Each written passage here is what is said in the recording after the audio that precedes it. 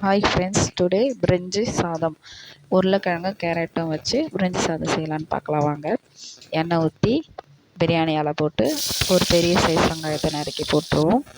இதுக்கு சைட் டிஷ்ஷாக வாழைக்காய் சிப்ஸ் பண்ணியிருக்கோம். இது நம்ம சேனலில் இருக்குது, நீங்கள் போய் பாருங்கள்.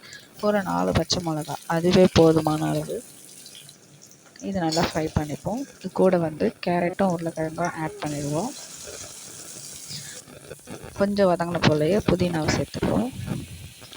தக்காளி ஒரு 2-3 போல் தக்காளி, 1 ஸ்பூன் பெருங்காயம், 1 spoon garam masala, 1 spoon red chilli powder add பண்ணி நல்லா வதக்கிக்குவோம். மல்லி, இஞ்சி பூண்டு விழுது. இந்த சிப்ஸுக்கு உப்பு காரம் இப்போ போட்டு வச்சுருவோம். அப்போ தான் கொஞ்சம் மதியம் சாப்பிட கொஞ்சம் நல்லாயிருக்கும். அதுக்குள்ளே இதுவும் வதங்கிடுச்சு. நம்ம இதுக்கு கொஞ்சம் தண்ணி ஆட் பண்ணிடுவோம். 2 கப் அரிசிக்கு 4 கப் தண்ணி வச்சுருவோம். உப்பு ஆட் பண்ணி நல்லா கொதி வரும்போது அரிசி போட்டுருவோம். இந்த சிப்ஸு புதினா போட்டு ரெடி, பிரிஞ்சி சாதம் ரெடி.